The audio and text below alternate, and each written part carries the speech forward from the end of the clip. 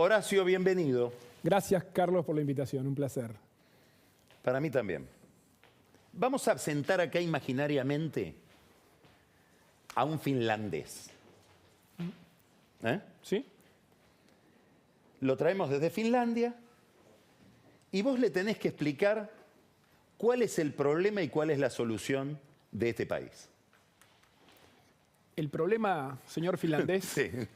es que en este país hace 80 años que no logramos que un presidente continúe lo que hace el anterior.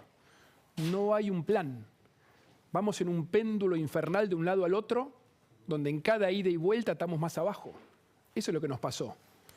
A diferencia de ustedes en Finlandia, donde pudieron trazar un plan de desarrollo, donde saliendo de la Segunda Guerra Mundial eran uno de los países más retrasados de Europa, y hoy son, en todos los rankings, de los países donde la gente vive más feliz. Puse finlandés al azar, pero veo que ¿Sí? estudiaste Finlandia. No, por supuesto, por supuesto. Son un país que es un ejemplo. Es un ejemplo de desarrollo después de la Segunda Guerra. Un país donde literalmente los índices de felicidad, así como se miden hoy, es de los más altos del mundo. Donde los niveles de igualdad social son de los más altos del mundo. Los finlandeses tienen un sistema educativo que se envidia para nosotros. Y lo digo habiendo ido a Finlandia a estudiarlo. ¿Cuándo estuviste en Finlandia? Y estuve hace 6 años. Entre otras cosas, te digo, casi todo el viaje enfocado en el sistema educativo, en cómo mejoraron la calidad educativa, trabajando juntos la política con el gremio. Tienen este sistema que estamos empezando a explorar en Buenos Aires a partir de este año. ¿Cómo es? A ver, contalo bien. Donde los chicos en el último año empiezan a hacer prácticas que la relacionan con el mundo del trabajo, ¿no? Hoy está como muy partido, termina un chico la escuela sin ninguna relación, práctica, idea, y tiene hasta miedo de entrar al mundo del trabajo. El sistema en realidad es originalmente alemán, se llama sistema dual. Hoy en la ciudad de Buenos Aires vas a tener 10.000 chicos que este año, en el último año de la secundaria, hacen una práctica profesional en un ambiente de trabajo.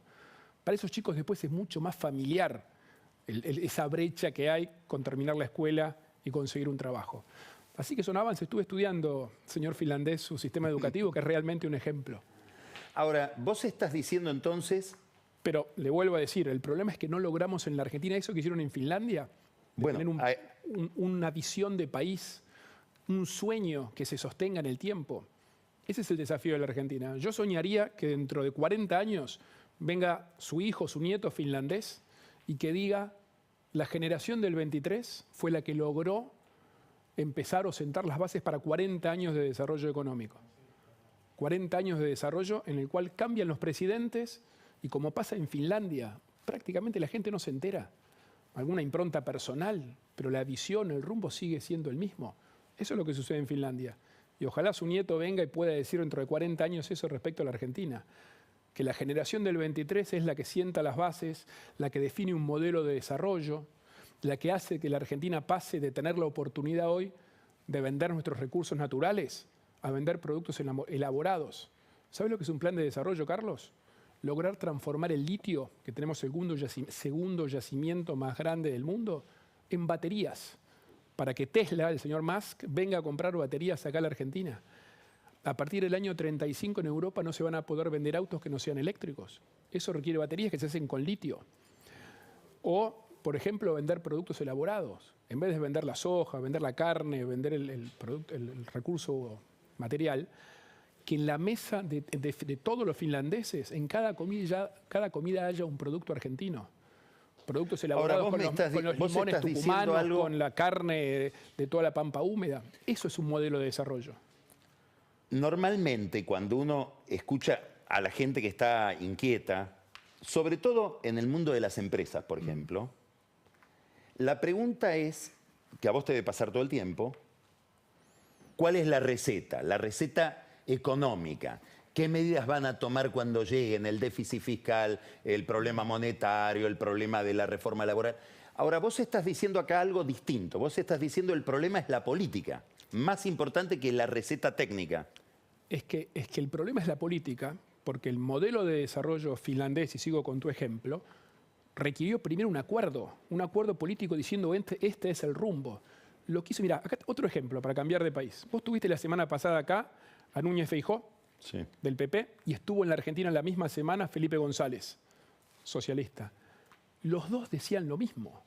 Los dos decían, tuve la oportunidad de hablar con ambos, que en España lo que hubo a la salida del franquismo es un acuerdo de todo el sistema político, llamado en ese momento los Pactos de la Moncloa, que trazaron un rumbo para España que fueron cambiando los presidentes. Estuvo Felipe González, estuvo Aznar, estuvo Zapatero, Rajoy, y el rumbo en España se mantiene. España a la salida del franquismo tenía la mitad más o menos de Producto Bruto per cápita de riqueza que la Argentina. Y hoy tiene más del triple. Ahora te hago esta pregunta. Y fueron cambiando los presidentes y el rumbo en España se mantuvo. Mantuvieron su compromiso en la comunidad económica, mantuvieron el impulso al turismo como uno de los grandes factores de riqueza, lo mantuvieron en el tiempo. Ahora, la pregunta es esta para lo que estás diciendo.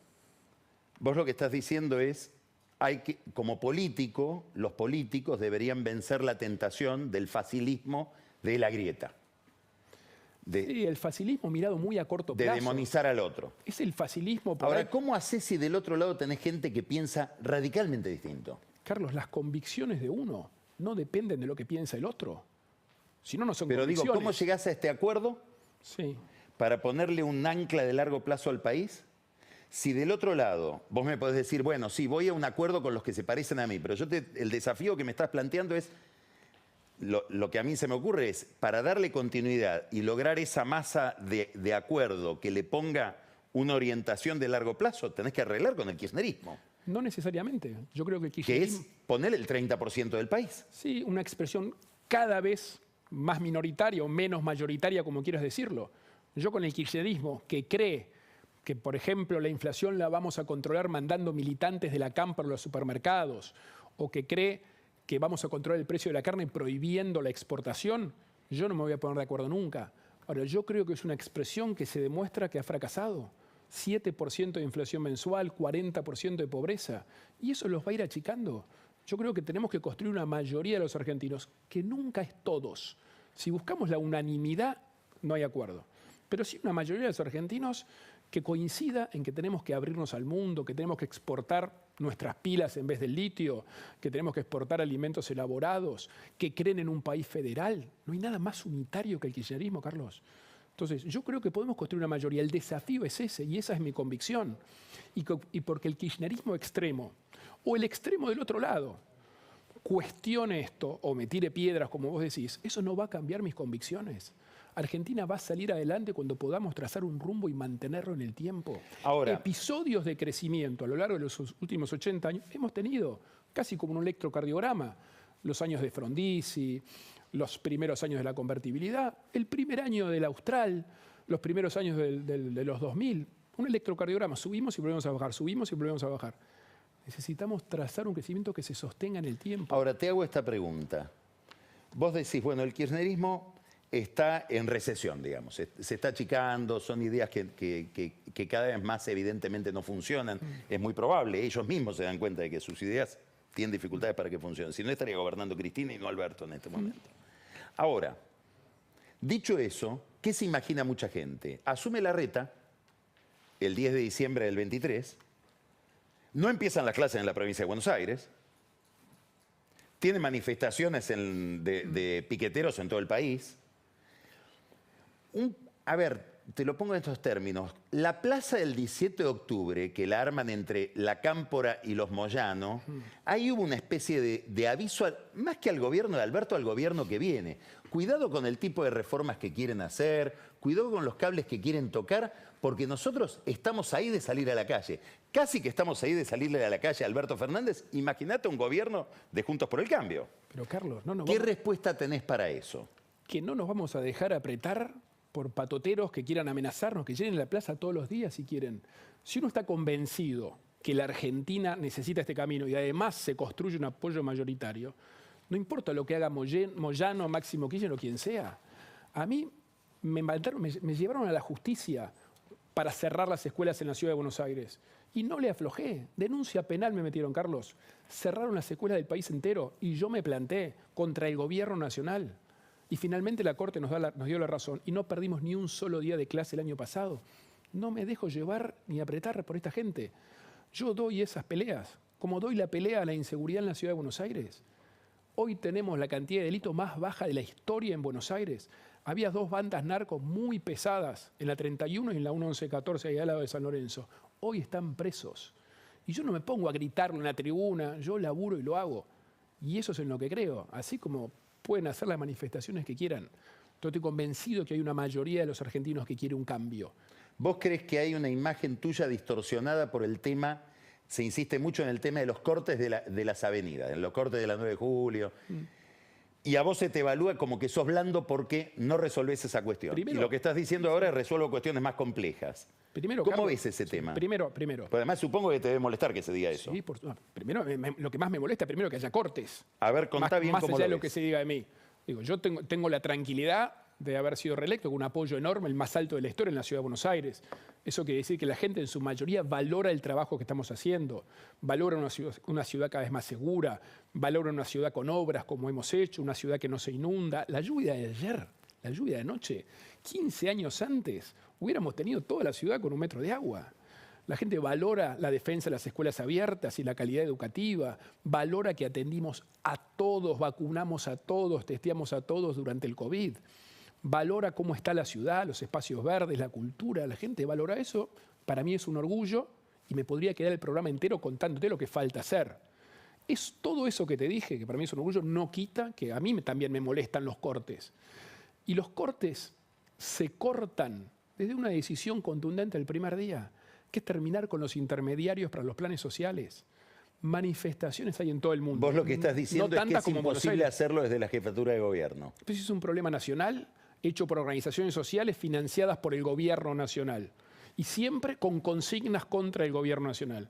Esto se corta cuando el primer día, 10 de diciembre del año que viene, sacás los intermediarios. Y al que te dice mandá a la policía y garantizar, ¿qué le contestás? Que no funciona así, que el problema social como es ese no se soluciona con violencia policial, que cuando hay una manifestación de 30.000 personas, 20.000 como juntan acá, te cortan las calles en cualquier lugar del mundo.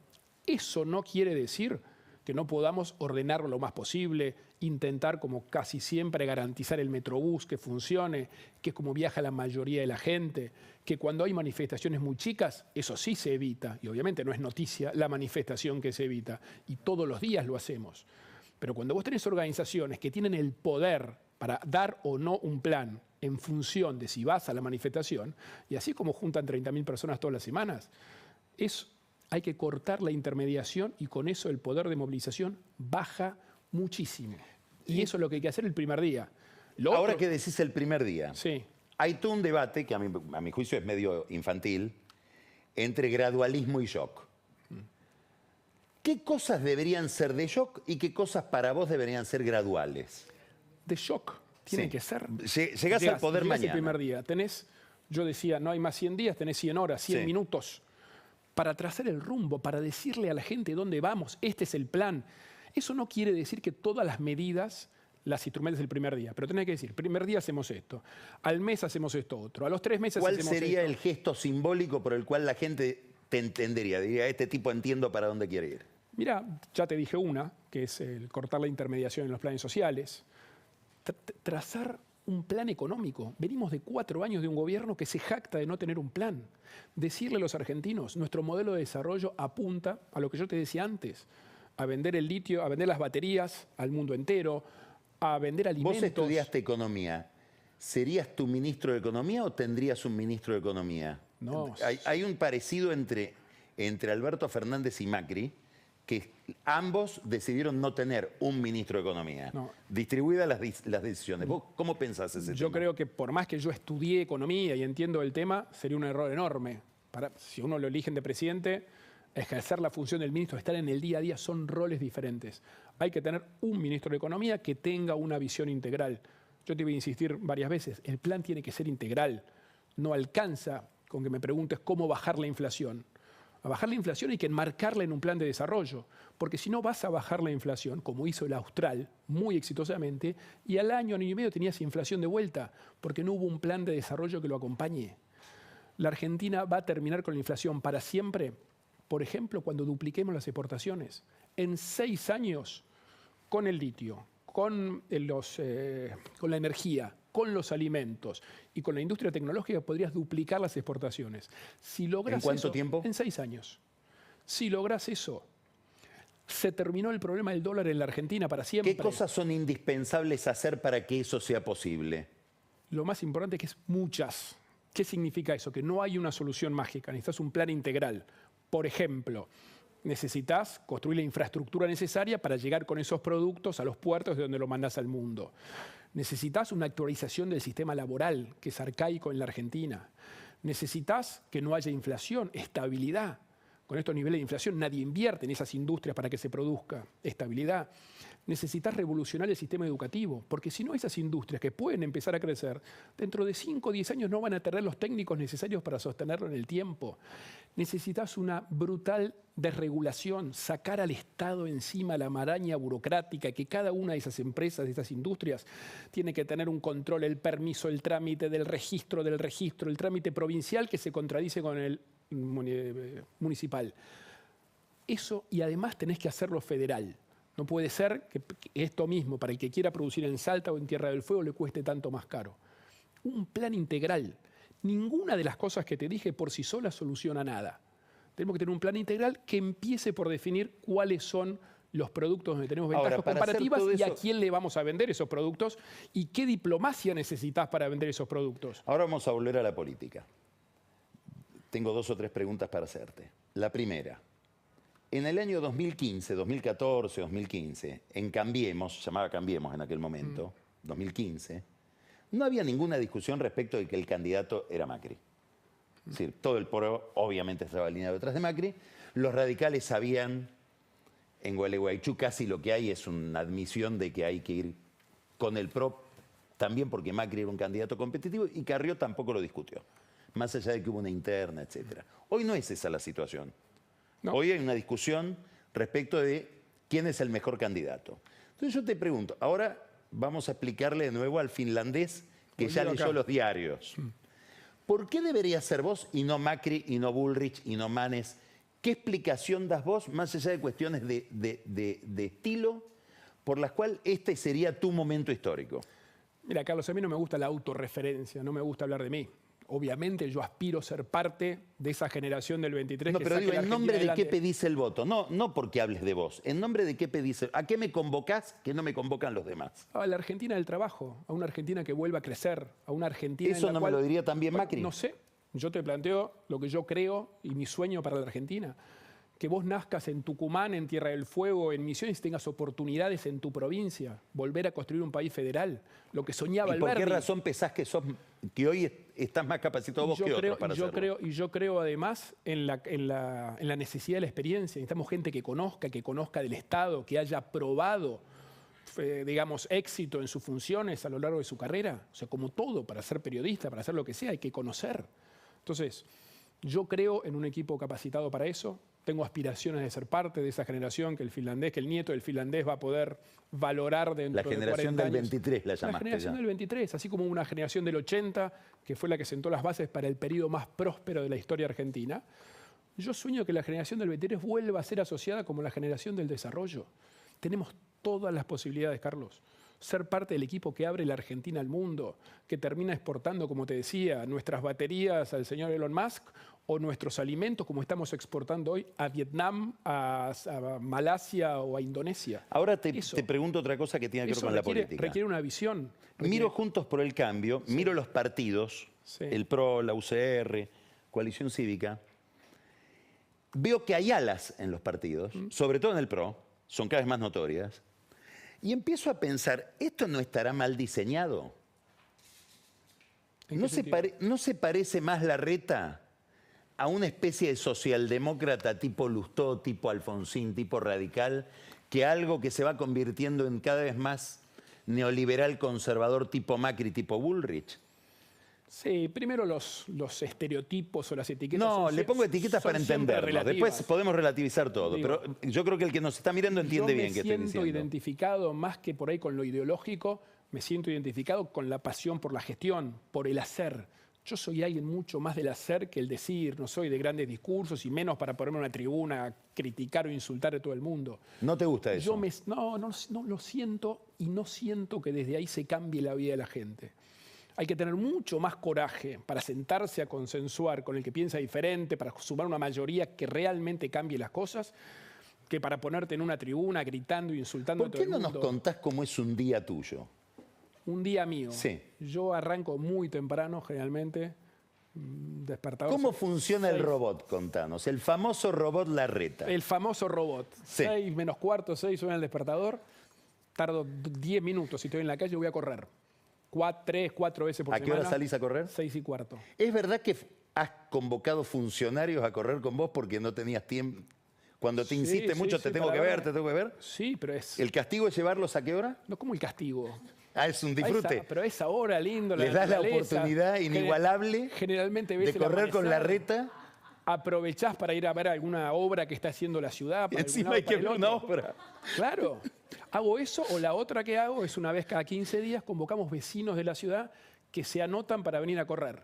Entonces vamos a correr. ¿Cómo? Claro, se anotan por Instagram, no sé por qué, para venir a correr conmigo. Juntamos 5 o 6 más o menos cada vez, lunes de por medio. Y a mí vamos charlando del barrio de cada uno, me cuentan los problemas. Y aprovecho la corrida. ¿A qué hora arrancás entonces? Y 6 y cuarto estoy en la calle, ponele una hora, 7 y cuarto, 7 y media, ya estoy tomando el desayuno y ahí arranco. Y generalmente mi día lo paso, voy poco a mi oficina. Me gustan mucho más reuniones en confiterías, bares. ¿Por qué? Porque estoy en contacto con la gente, porque siempre aparece alguno que se acerca, que te critica, que te pide, que te reclama o que te pondera. Y así vas escuchando mucho cómo está la ciudad. Y mira, Carlos, que después de muchos años creo conocer muchísimo la ciudad. Todas las reuniones de vecinos aprendo algún tema nuevo. ¿Cada cuánto haces reuniones de vecinos vos? Y 2, 3 por semana. No, ¿desde qué año? Desde hace 15 años. Desde que arranqué en el gobierno con Mauricio, todas las semanas hacemos reuniones con vecinos, a veces muy grandes que vienen de a 200, 300, a veces grupos de a 10, 12. Y siempre aparecen cosas nuevas, siempre aprendo. Mirá que estuve en Chacarita la semana pasada, me hablaban de la apertura de Triunvirato, que el semáforo de 3 tiempos, todas esas cosas, pero que hacen a la vida de la gente. Por eso te digo, yo me siento mucho más identificado con el hacer, con el resolver, que en ponerme en una tribuna a los gritos, a los discursos, a criticar, cuestionar, en la grieta. Yo no creo en eso. Yo creo en resolver los problemas de todos los días. Tengo poco, a veces me cuesta la disciplina de hacerme tiempo libre. ¿Y qué haces en el tiempo libre? Bueno, parte de mi tiempo libre es hacer ejercicio, estar con mis hijas, nada. Disfruto. ¿Qué te gusta leer, por ejemplo? Historia. ¿Historia? Me gusta leer historia, me gusta aprender de la historia. Sí. ¿Qué lees? ¿Qué buscas en la historia? Mirá que está Camila acá, que te puede tomar de examen. Camila. Sí. ¿Vos podés creer, Camila, que en estos días, cuando voy a correr a la mañana, estoy escuchando la banda presidencial? Hay algunos que vos participás, Carlos. Justo arranqué hace poco, estaba por el... Está bien, pero son 50 minutos. Mitre Sarmiento Avellaneda. Es ideal para... Es más o menos una corrida. Mitre Sarmiento Avellaneda, justo estaba estos días, y ahí es donde vuelve esto de la generación, ¿no? Podés hacérselo escuchar a los vecinos y le das manija a Camila de paso. No, pero en serio, mirá la casualidad. Eso que me preguntás, estoy justo escuchando, aprendo de la historia. ¿Qué me parece buscás? Apasionante. Patrones, o sea, cosas que uno pueda comparar de esa época. Curiosidades. A ver, contanos también. qué irías a buscar hoy en la historia. ¿Cuál es tu tema hoy? Tu obsesión, el problema que tenés. No la solución, tu problema. El gran problema, y de vuelta, justamente en la generación de Mitre Sarmiento Avellaneda, es la visión, cómo trazaron un plan y lo mantuvieron en el tiempo. Entre 1880, sobre la base de la generación esa, sostuvieron un plan hasta 1930 en la mayor prosperidad de la historia argentina. Lo mismo fui a buscar, estuve en Israel hace 4 meses, para ver cómo fue el plan, en ese momento liderado por Shimon Peres, para salir tenían inflación 5 veces la nuestra, trazaron un plan. El plan incluyó, cosa que fue, creo que el único caso que encontré en el mundo hasta ahora, la alternancia política de primero un partido, después el otro, después el otro. Y hoy Israel es una potencia. ¿Cómo hicieron eso? ¿Cómo lograron eso? Y lo lograron poniéndose de acuerdo, que Shimon Peres estaba en los primeros 2 años y después dejaban 2 años a la oposición. Llegaron a establecer hasta eso. Trazaron un plan y hoy Israel es una potencia que exporta servicios tecnológicos de alto valor agregado, con sueldos altos. Lo lograron. ¿Vos harías un juego de esos de pactar? A ver, en un sistema como el nuestro, ¿no? En un sistema electoral como el nuestro, donde la gente elige, es difícil comprometerse a quién va a ser el próximo porque lo va a votar la gente, ¿no? En los sistemas parlamentarios por ahí es más posible. Pero sí, en la medida que haya una visión compartida, después no debiera importar quién es el presidente que viene. más allá de algún matiz. Ese es el sueño que yo tengo para la Argentina. Eso es lo que estudio, cómo se gestó eso en la generación de Sarmiento, que después lo continuó Roca, después vino Juárez Celman, Pellegrini y todos. Y se mantuvo. Hasta 1930 podían cambiar los presidentes incluso de partido, cuando la aparición de Irigoyen, la aparición del voto popular, pero tampoco cambió el trazo de la Argentina. Alvear, ¿no? Un presidente digamos, muy internacional que venía de Francia, mantuvo en la época más próspera de la Argentina las bases de lo que venían haciendo desde el principio de siglo, y se mantuvo en el tiempo. Y llegamos a ser, en esos momentos, uno de los 5 o 7 países más ricos del mundo. A partir de eso no lo pudimos hacer nunca más, Carlos. No encontrás después de ellos un presidente que haya continuado lo del anterior. Y eso es lo que la Argentina, en este péndulo infernal que Garchunov lo llamaría de la ilusión al desencanto, es que hoy estamos como estamos. Cada presidente de la Argentina es un refundador, que todo lo que hizo el anterior es una catástrofe. Tenemos que romper con eso. Ese es mi sueño. Te hago esta pregunta, a ver qué estás mirando de lo que está pasando afuera.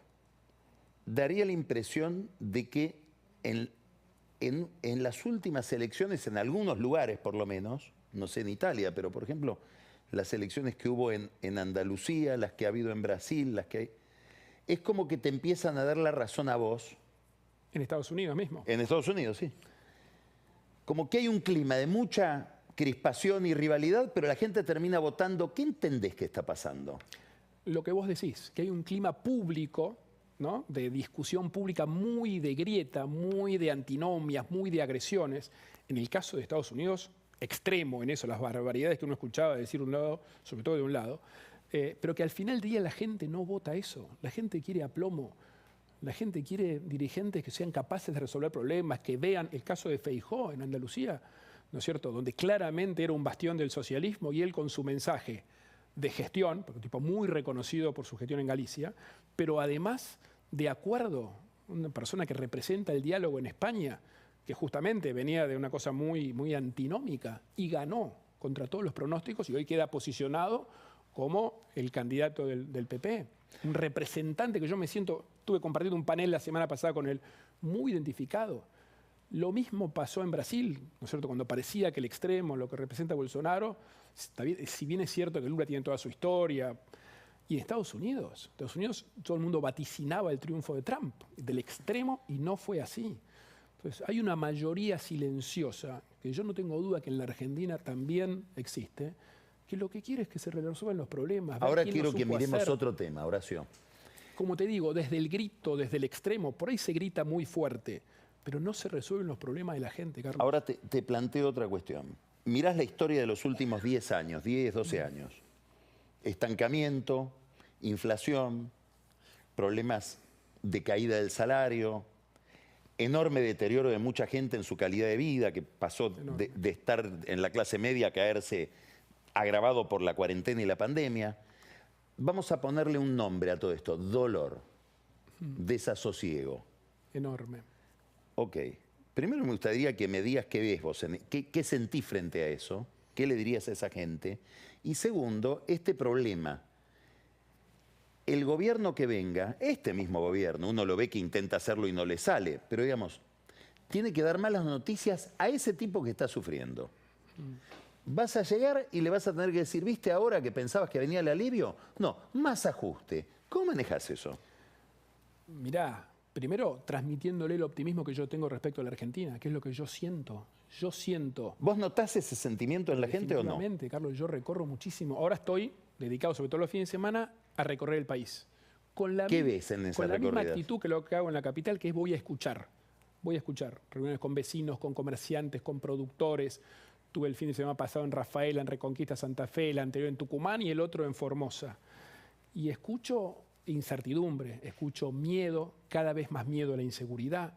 Me sorprendió en Santa Fe el otro día, yo pensé que era solamente Rosario, me sorprendió mucho. En Córdoba también, mucho miedo a la inseguridad, mucho miedo a la falta de futuro, a que los hijos se les vayan, a los más pudientes, al no poder llegar a fin de mes. Miedo, desasosiego, incertidumbre, gente que sentís que tiró la toalla, ¿no? Ahora, la contracara de eso, porque también veo que a pesar de toda esta situación, hay empresarios que siguen empujando. El otro día estuve en un tambo, en Rafaela. La familia se levantaba a las 3 de la mañana para hacer la primera, el ordeñe, entre creo que las 4 y las 6 de la mañana. Llevaban los más chicos temprano que vos se levantaban. Es más temprano que yo, es cierto. Cuando vos estás durmiendo. Yo estoy vago. Cuando llevaban los chicos a la escuela, volvían, realmente te juro que te da muchas ganas de pelearla, porque con gente como ellos. O tuve la otra semana en Las Talitas, en las afueras de Tucumán, una señora que con la pandemia había perdido el trabajo de su marido, se puso a hacer artesanías, muebles a mano y estaba sacando la familia adelante. Ahora, los hijos ese que participaban. Digo, hay una fuerza, especialmente el interior. Pero ¿no? al que está deprimido, al que está triste, al que no, que vos decís que no ve el horizonte, ¿qué le decís? Yo tengo un amigo que dice, el próximo gobierno tiene que mandar el mensaje de los evangélicos. Pare de sufrir.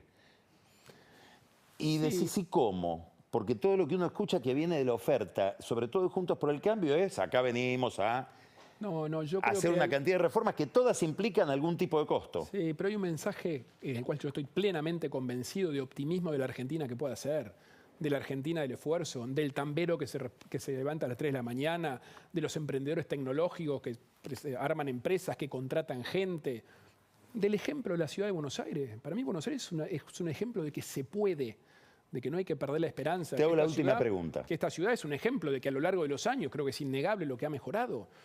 ¿Cómo se hace? Con laburo, con mucho laburo, con una visión que se sostenga en el tiempo y después sí, 6 de la mañana, con laburo y laburo.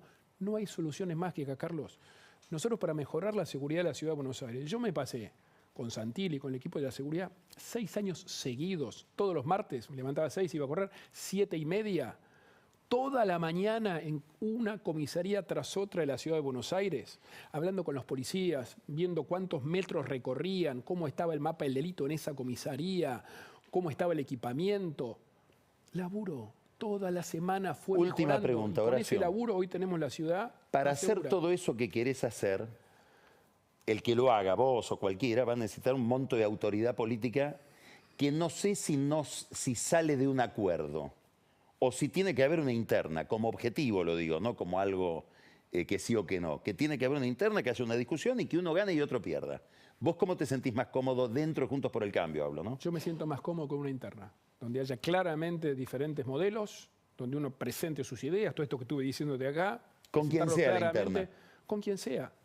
Con quien sea con algún radical, sea con Mauricio Macri, sea con quien sea, y exponer diferentes modelos. Y yo transmitir mi convicción de que se puede, de que no hay soluciones mágicas, que requiere un rumbo claro a largo plazo, que requiere un plan integral. No hay una solución única. Yo no te puedo contestar en una línea cómo se baja la inflación. Sería un chanta, porque no es cierto. Es complejo bajar la inflación y solo la vas a bajar en el marco de un plan de desarrollo. Que el cambio sí tiene que ser rápido, Carlos. Hay que presentar el programa al otro día, decirle a los argentinos, vamos por acá. Tiene que ser un cambio, además, federal. Basta de esta concentración unitaria del kirchnerismo de todos los recursos en el gobierno nacional. Con esa visión, con ese cambio y con la experiencia del laburo de todos los días, ¿no? Es que yo creo que la Argentina puede salir adelante.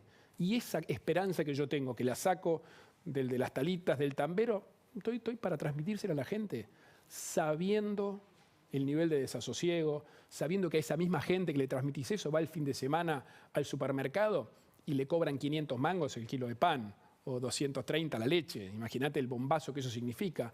O que a un familiar lo matan para robarle una moto con un tiro. Yo sé cuál es la realidad, el dolor que tenemos hoy los argentinos. Pero es por un lado el dolor y por otro lado la oportunidad que tenemos. Y creo que hay que transmitirla.